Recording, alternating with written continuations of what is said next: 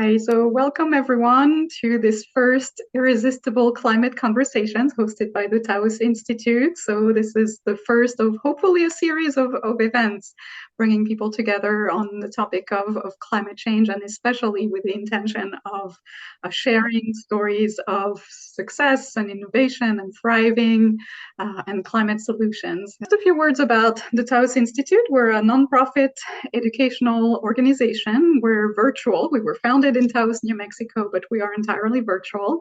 And we spread ideas and practices on social constructionism, theory, and relational resources, appreciative practices around the world.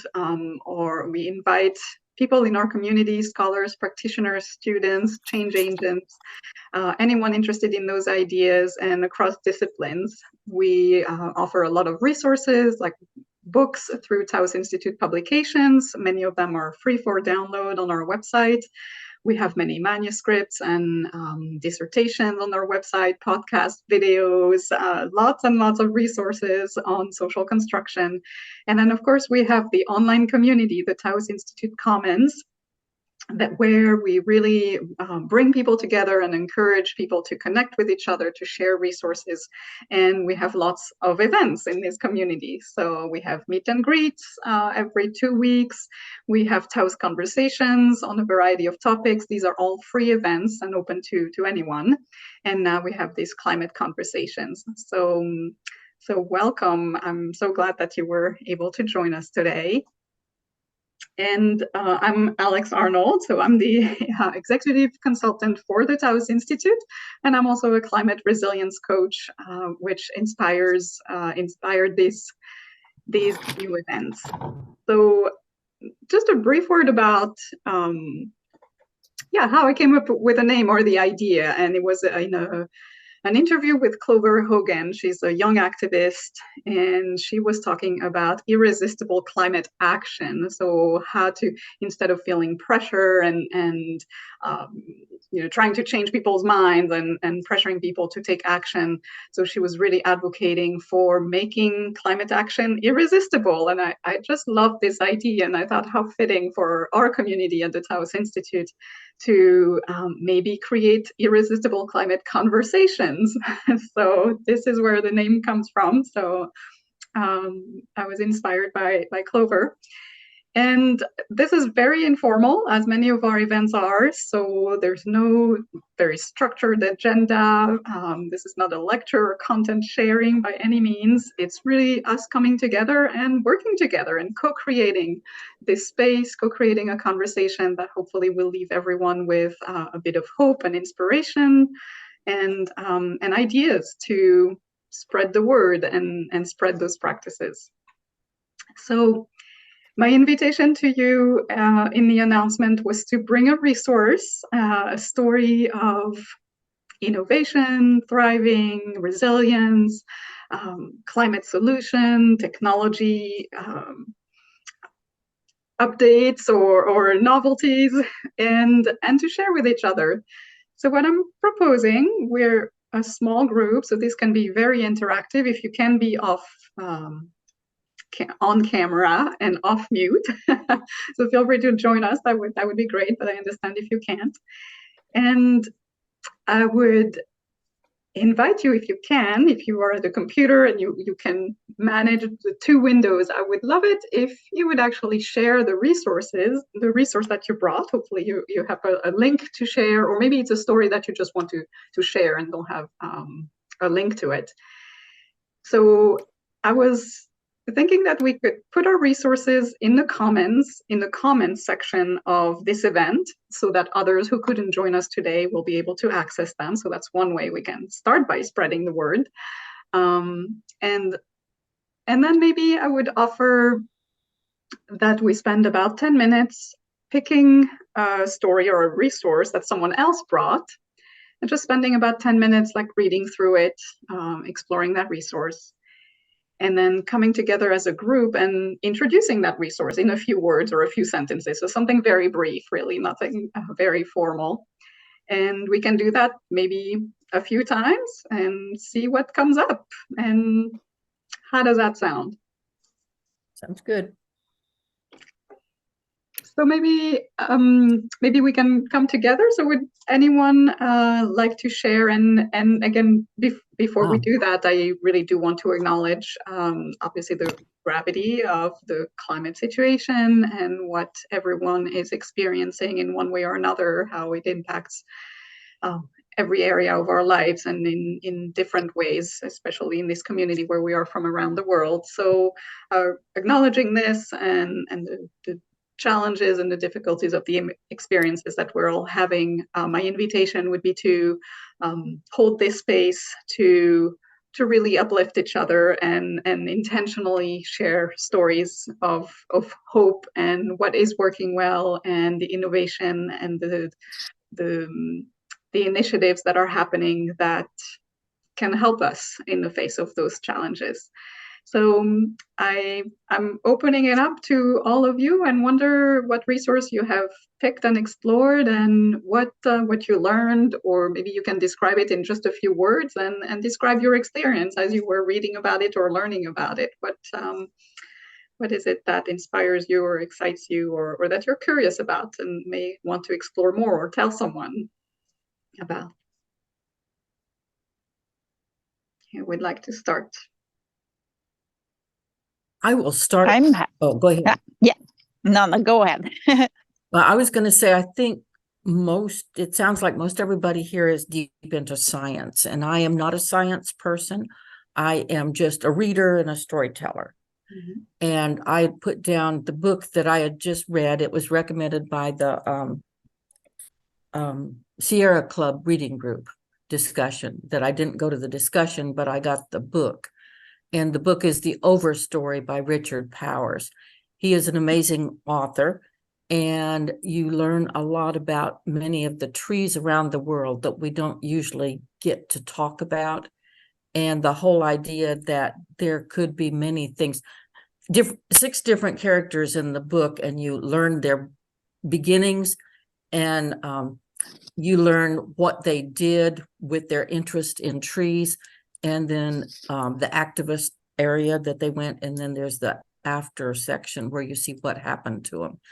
And one of the people in there began exploring the trees all around the world, and she was a scientist. And in the book, she was the first one that came up with knowing that the trees talk to each other through the roots and also through the air. And then she was put down by the scientists. They said, oh, what a ridiculous idea. And then she sort of got out of science and went out and just prowled through nature. And then she found some other people who said, you were right. And so she got she went around and studying. She did more stories about trees all around the world.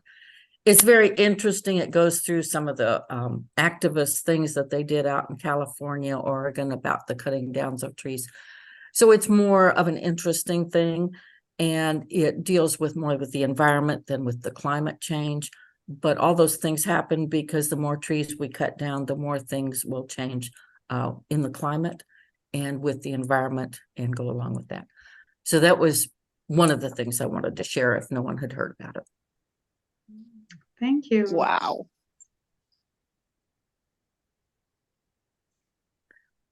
Any reactions to that? Thank you for sharing. Yeah, wow. Thank you so much. I've never heard about it, and thank you. I will definitely read the book. Richard Powers is his name, and he's won the National Book Award, and he has several other books out there. So I had not known him before, but he writes very well. So puts out a good story. What was something that was particularly surprising in the book that really caught your interest or that made you want to read more? Well, just all the different trees around the world that, you get the eastern of the United States trees and the western identifiers, but I haven't ever found one that covers the world trees because I think there's too many of them. One of the stories was, one of the family stories was they moved from the East Coast and they settled in Iowa, I believe, and they planted trees, chestnut trees. And several generations later, one of the people went out and took a picture of it every year on a particular date from a long way away. And he saved those pictures, and his son did it again, and his son did it again. And so they had like several hundred years worth of pictures of this one tree all by itself. And it was a chestnut tree, and it survived the chestnut tree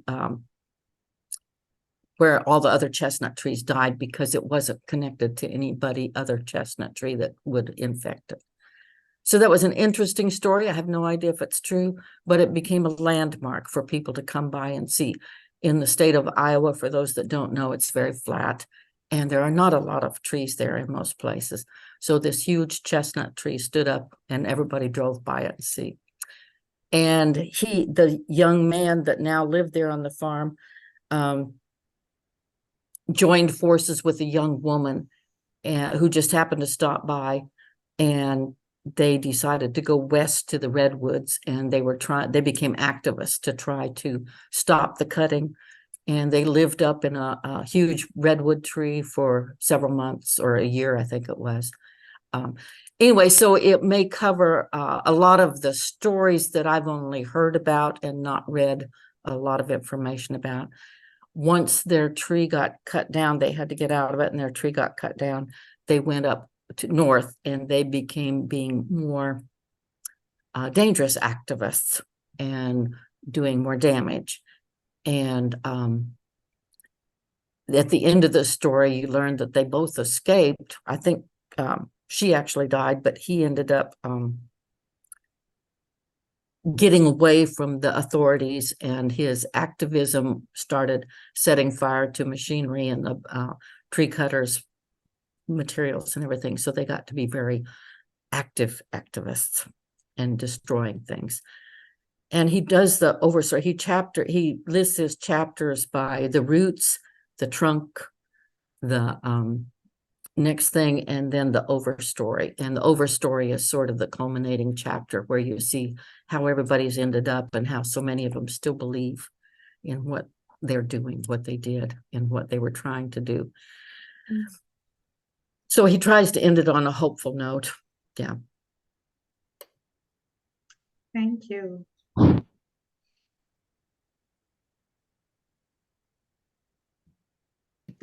Camilla, did you want to share what you had started speaking before? Do you want to go next? I can do that.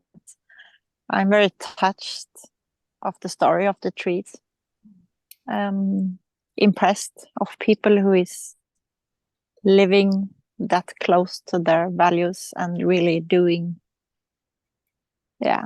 something important. Yeah. I'm a more a talker. I'm working on in technical institute in Sweden partly, and the other part I'm working as organizational consultant and coach. Started to be interested in now I saw a star fall.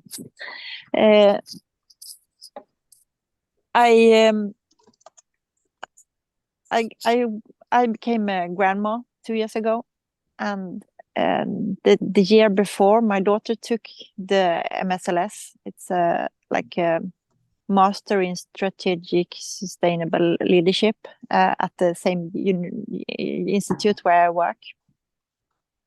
And I had already been interested in sustainability before, but when she educated herself, we discussed a lot at home, and it ended up that I also took not the whole master, but a few courses at our institute, and also in other universities around the world, and also started to teach at Birmingham University Business School at Birmingham. And there I teach in business in society in a module in an MBA. And I'm working together with a professor who is also sharing. That's the links I wanted to share, because we were looking for a good example, what can actually happen and improve. And there was a guy in the Mediterranean. This is a movie I will find it for you at the web. He somehow understood that the way they were fishing with this industrial, what do you call it, when they are like doing fishing over the whole bottom of the sea with a big net, and he realized that they were destroying the bottom.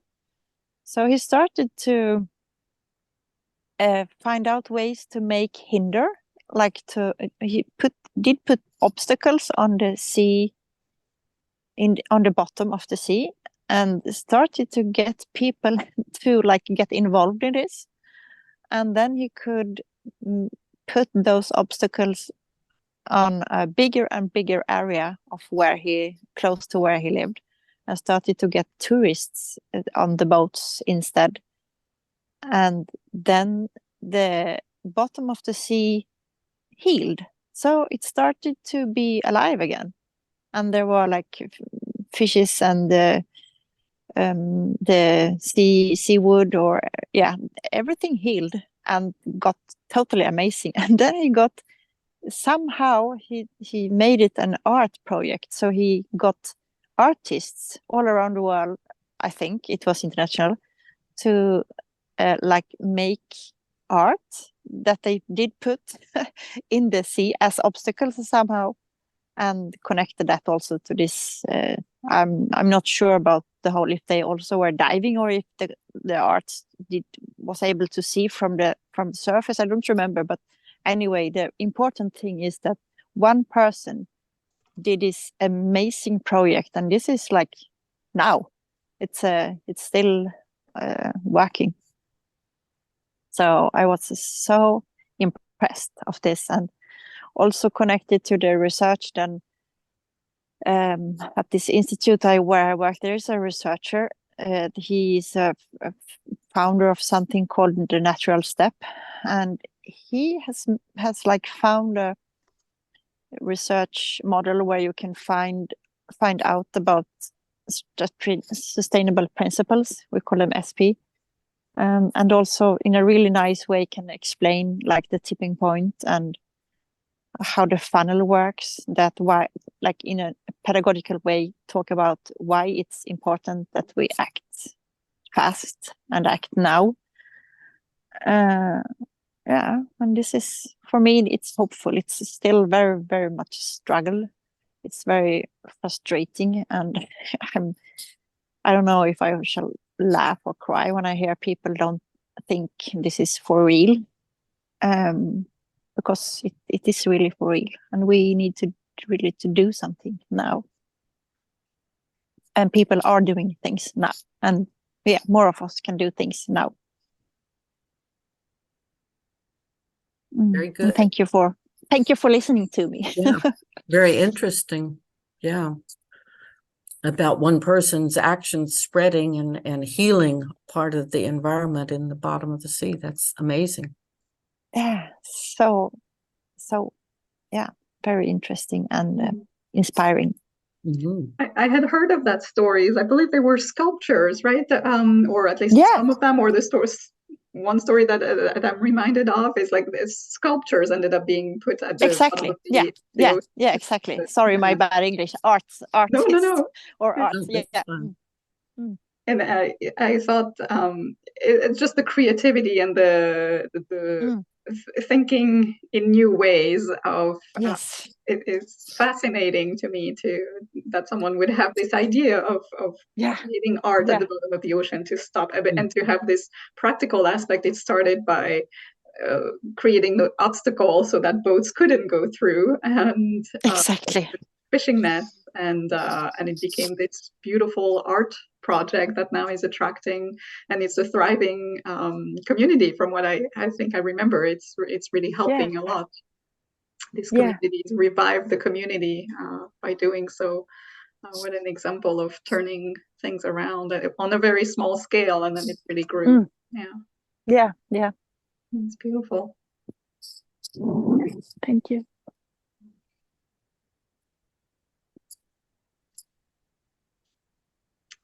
Fran, did you want to share, or Shakri, if you want to put something in the chat, a resource or a story to share, then we can maybe read it to the group. Well, the resource that I shared was the Land Institute, which is based in Salina, Kansas, just north of where I am. They've been working for decades to try to stop the erosion of farm soil by developing perennial grains.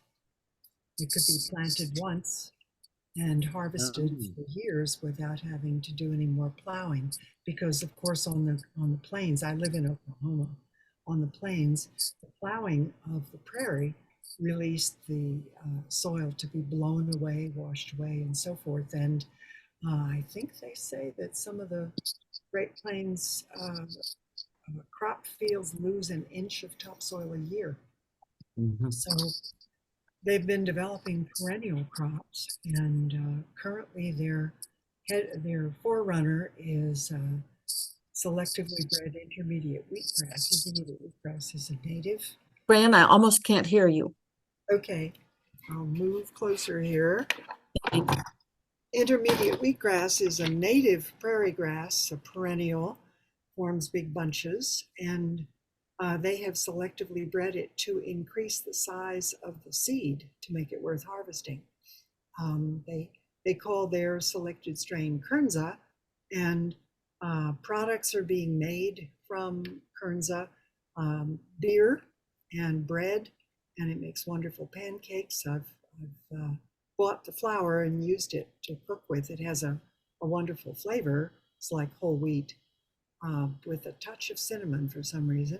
And I also have grown some Kernza in our yard because they sponsor citizen science projects to try to find out by getting people to grow the stuff under controlled conditions all around the country. They had 100 different families all around the country growing the Kernza in different areas to see how perennial it was. Ours has gone at least 3 years, and it still grows up and makes a crop. And they're trying to crossbreed it with annual wheat to get larger seeds, and those did not get through the winter as well, for us anyway. Eventually, they hope to develop ways to intercrop the Kernza grain with a leguminous perennial, so that the legume will fix nitrogen from the air and you won't have to put fertilizer on the field. And the two together will, like a prairie growing together, will hold the soil, decrease the amount of work and labor that the farmers have to do to plant, and produce 2 crops of stuff. So they're working on that. They're also working in Africa with perennial sorghum. They're working in Asia with perennial rice. And so they are doing really good work, I think, to increase the longevity of crop plants. Furthermore, the intermediate wheatgrass has roots that go down 8 to 12 feet deep in the prairie, whereas annual wheat goes down only but this far. So it fixes carbon in the soil in the form of humus and protects the soil that way. So I think they've been doing wonderful work. We've been following their work for a couple decades and supporting it as much as we can. And I think they've got a good idea to help fix carbon out of the air, preserve topsoil, preserve water because they're holding it from running off, washing off, and decrease the need for fossil fuel to either cultivate and plant or to be converted into fertilizer. So I think that's a very hopeful project. It is. It sounds really interesting. Could you possibly spell this word Kernza? Kernza. Just like it sounds, but I wanted to check. And if you go to the Land Institute website that I put in the chat, you can find out more about it and the other things that they're doing. Sounds great. And Kernza is delicious. I will. Now, are other farmers around there accepting what they're doing? Because sometimes farmers are very old-fashioned and like to do things as they have always done them. Well, they have farmers all over the Great Plains who are growing Kernza commercially now. Okay. That's how they have enough for Patagonia to make products that out of Kernza. Ah, Patagonia is making beer and trail mix and all kinds of things. oh, okay.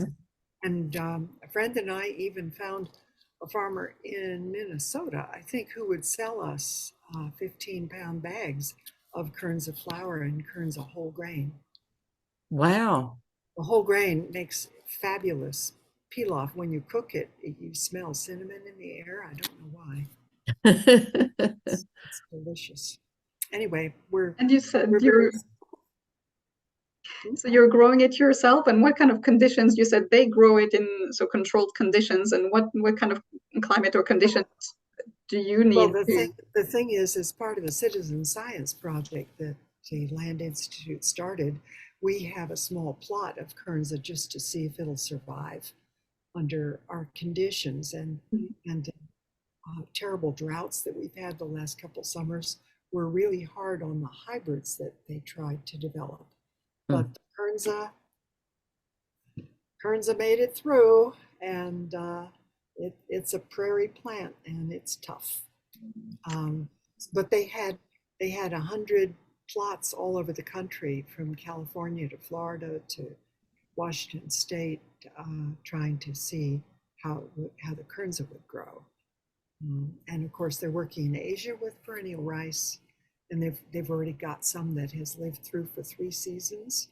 And because planting paddy rice is extremely labor intensive, you have to flood the fields, you grow the seedlings elsewhere, you wade in the muck, and you plant them by hand. And by not having to plant for 3 years, it saves a lot of labor. There's a lot of time, yeah. Perennials sounds like a great plan. Yeah, That's the idea. Try to develop more and more of the prairie as a perennial grain basket instead of plowing it up. yes. So it's something I thought was very foresighted, because I think they started in the 1980s. Oh, wow. Selectively, breeding different plants and trying to see which ones would work. We have Christiana is here, has joined us. Yes, welcome. I wanted to welcome Christiana. If you can be off mute and say hello or be on camera, we'd love to see you. We've been sharing resources of positive climate news, stories of innovation, resilience, so whether they're websites or books, and just resources that we all know. Seeing who in the chat.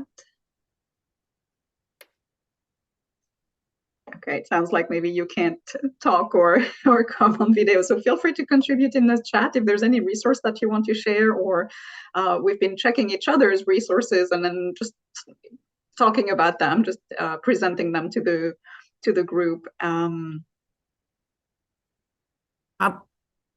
Christiana, did you want to say anything? This is Jay, and I end up having to leave at 3. And I wanted to mention, I put in the Canadian Polar Bear Tours by World Wildlife Fund and Natural Habitat Adventures. I just discovered this yesterday, and I'm a person that loves to travel. And then you discover your carbon footprint increases a lot when you do that traveling. And they do a lot of things that help curb the carbon footprint. The Canadian Polar Bear Tours happens to be up in Churchill in Canada, and I don't remember which province it is. But I was impressed with the fact that they listed a lot of the conservancy type things they do, so they're a little bit more in tune with the environments that they're going to. They use an electric bus to take a limited number of people out to be able to see the polar bears. And it sounded like they're very cautious about the environmental impact that they have. and the polar bears apparently are migrating through them at a particular time of year. And so that's when the tours are. But World Wildlife Fund is also sponsoring, I think, along with Natural Habitat Adventures, a lot of adventures around the world. And it's worth looking into to see if it's a little bit more environmentally thoughtful than some of the other groups that end up going out. So I just wanted to mention that before I had to go. So Thank you. And Shakri posted something in the chat about Forest First. I opened the website. Forest First in Wayanad is removing non-native plants and rewilding forest lands. They are doing about 100 acres a year in the last 3 years. Thank you for sharing, Shakri. Hello, sorry. So yeah, I just decided Hi. to log out and come back again because I was trying to unmute, but it wasn't working. Sorry, I was really trying. Thank you, Chadrika, because it was like I tried what you did and it worked. Thank you. So yeah, I know I came a little bit late to the climate change irresistible conversations meeting, but I was doing something and I had to just make it at least. So yeah, I'm listening. Thank you for welcoming me. Oh, thank you for being here. Is there anything that, any resources or stories or any thoughts that you had listening to the little bit that you caught that you wanted to share?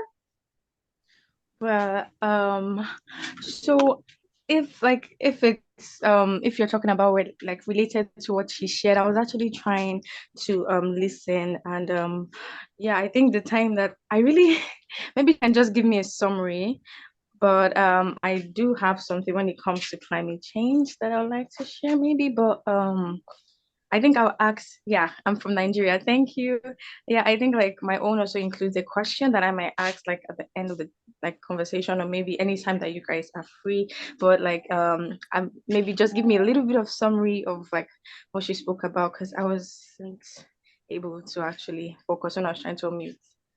Sorry. Yes, we were sharing different resources, and you know what I'll do is I'll take everything that has been shared in the chat and I will put it in the Taos Institute comments on the event page, and that way you can explore the resources. And we were just sharing, you know, why we picked those resources and describing them a little bit. So yes, there are some others that that were shared. There were 2 stories that I posted. So they're kind of local. Well, one of them is local. It's a Greek island that is completely that has zero waste, and it's the very first island to be certified as a zero waste island. And I thought it's a Greek island. I thought that was very inspiring. And there is the news article talks about this organization called Mission Zero. The Mission Zero Academy and Zero Waste Europe. So both organizations are doing a lot of work to in education and in creating systems to reach that zero waste status. So it was really inspiring to me to see that this island has completely eliminated landfills, waste bins, plastic bags, and they have found a way to create a completely circular economy. So it took a lot of education with the population to teach about recycling and sorting, and it's quite fascinating to see that it's actually possible. Yeah, it is, and it's such an encouragement, you know, seeing this kind of improvement and this progress made, you know, towards reaching the zero waste goal that like most nations have. And yeah, you mentioned something that really like caught my mind, and like you said, it was a lot of work that they had to put in educating them with the population, and I was just thinking that you know, is it possible like I don't know if I don't want it to sound like if I'm sounding hopeless, but is it possible for like African countries that are, should I say, that are well that are that are in serious economical depression, I don't even know how to say, but that are not actually doing well to actually focus and actually achieve the same thing that these non-profit organizations were able to achieve, or maybe I'm looking at it from a government perspective. Is it possible for like a non-profit in a in Africa, or let me just say in sub-Saharan countries in Africa, to actually be able to achieve these goals that can encourage other countries to take up the same leap when it's suffering from a lot. What do you think about that?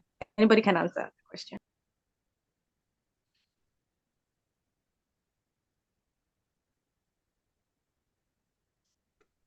Any thoughts, anyone?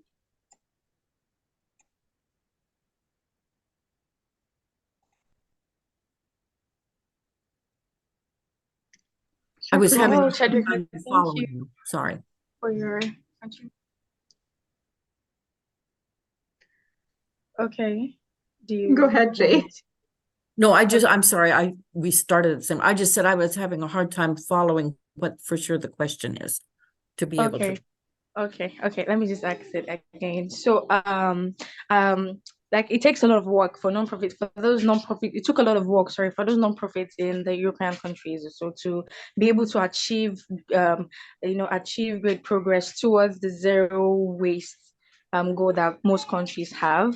And I was just thinking in countries like in Africa that have not, like developing countries, let me just put it like that, developing countries, how possible do you see it for non-profit organizations, or let's even say the government, to be able to reach these goals? Like just the same way like this non-profits reached it in Europe, because we have a high rate of illiterates. Like in my country, illiteracy is high, the percentage compared to, you know, the number of educated people. And the thing is that the governments are like they have even reduced how much they used to invest in education for the country. Recently I was just heard this news about there's this popular news board that was urging our president to what's the thing called, to invest in climate change for Nigerian students, because according to her statistics, Nigeria was the second country in the world to be the most like that will be the most affected in the future. That means their young people will be the most affected in the future due to climate change crisis. And so, like, I was just thinking, with all these things that are happening, is it possible for us?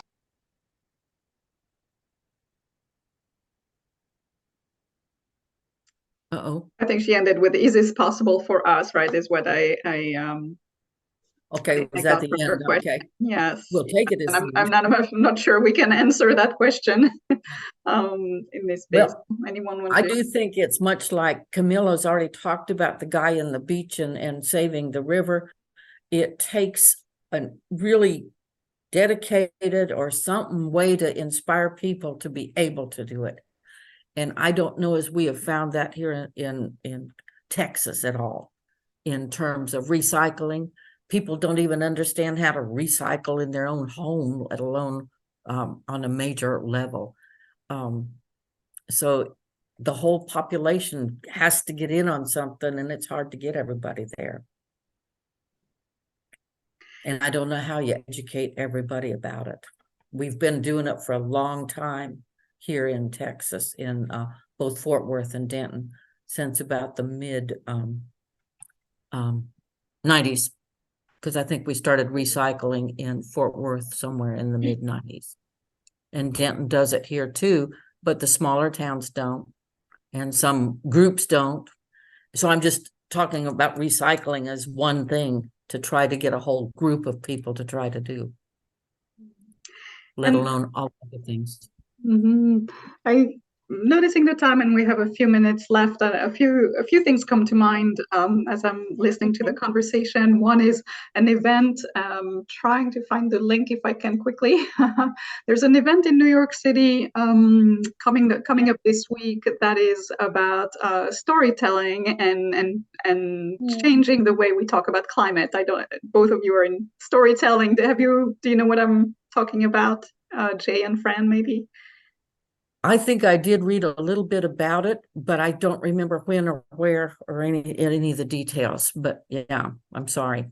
But that I did read something. I said, oh yeah, it'd be nice to be there, because it was like a conference or something with several different things going on. Go, Fran. Yes. The Go ahead. the event that I read about was about making movies and about writing plays and about doing artwork and doing visual art.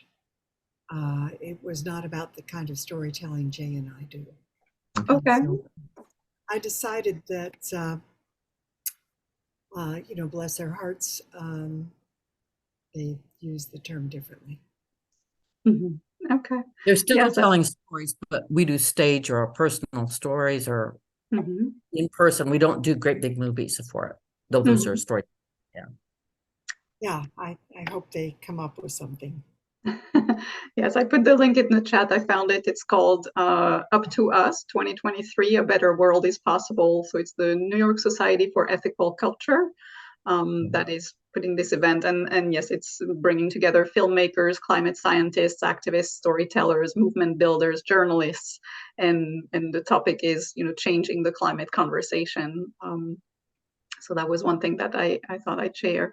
And just in the last couple of minutes that we have, I wonder how any reflections that you have about this conversation here, and also even just listening to each other and the resources that were shared, and to me brings a lot of hope and curiosity and some excitement about, oh, how can I learn more about this and learn more about that initiative, and brings up lots of generative questions. So one that I would like to offer now is how do we have these conversations, bring these conversations into everyday life? There is so much conversation about the news, of course, but also talking about the weather is so common. And how do we take this opportunity and offer stories of hope in our day-to-day lives?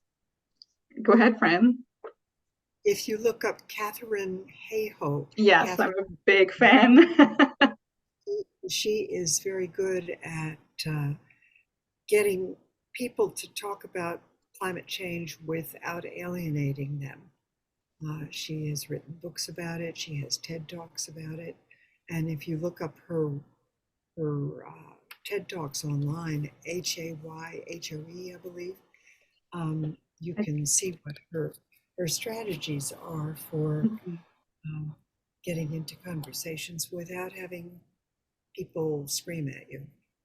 Yes, I'm a big fan. She's a big inspiration to me. I put the link in the chat, Catherine Hayhoe. She has a great newsletter that is, so she's a climate scientist, but also her big message is how the first thing that we can do is have conversations, and how do we have these conversations, and to shift the conversations from convincing and sharing facts and pressuring and arguing to finding our common values and finding something we have in common, because climate change impacts so many areas of our lives. You need to leave, Jay. Yes, thank you. Thank you so much for coming. Yes, we're just wrapping up. Enjoyed It was it. great to meet you.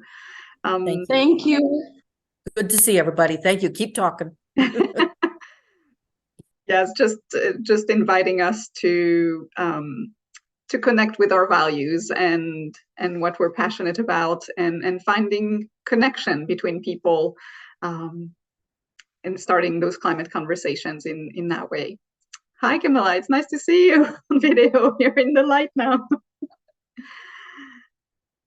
So yeah, so thank you everyone for coming. I will put all of the resources in the Taos Institute comments, and I really encourage you to keep sharing and to spread these stories. You have new resources now, so it's an opportunity, hopefully, to have conversations about, oh, something new that I learned this past week that was exciting or inspiring or interesting, and just planting seeds so that more conversations and stories can spread. So thank you so much for joining us.